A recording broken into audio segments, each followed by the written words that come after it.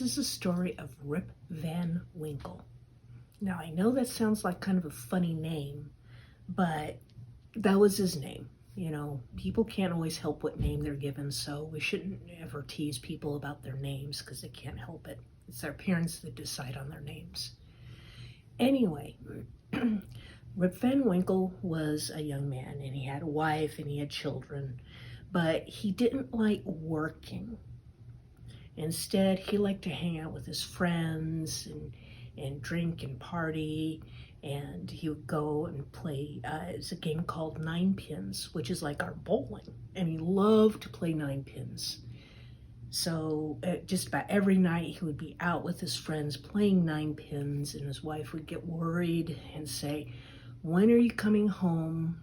When are you going to get a job?" And he didn't like that because he thought she was nagging too much. So he would spend even more time out with his friends.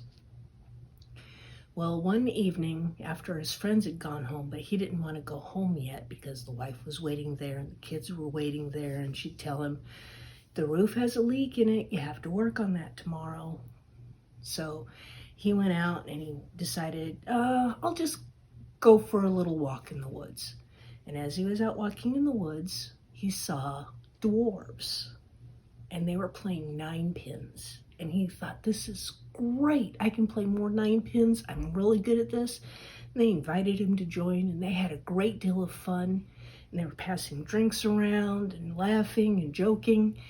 Then it gets really, really late into the night, almost to morning. And Rip Van Winkle says, "Well, I'm just going to take a little nap before I go home because I'm really tired."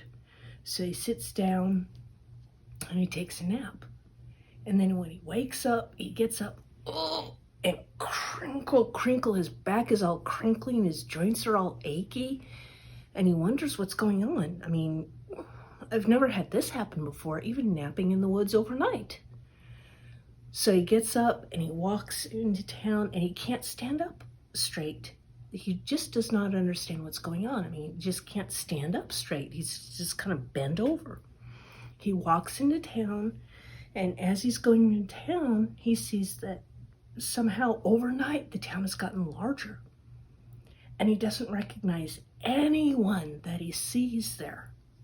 So he starts asking around for where Rip Van Winkle lives, because he can't seem to find his own home. And the people he talked to say, "Rip Van Winkle? We have no idea who that is. I think," and someone says, "I think that's someone who disappeared like 100 years ago." And as he's passing a shop window, he looks in the shop window and he sees that his hair is all long and white all of a sudden, and he's got a long white beard. And he's a very, very old man.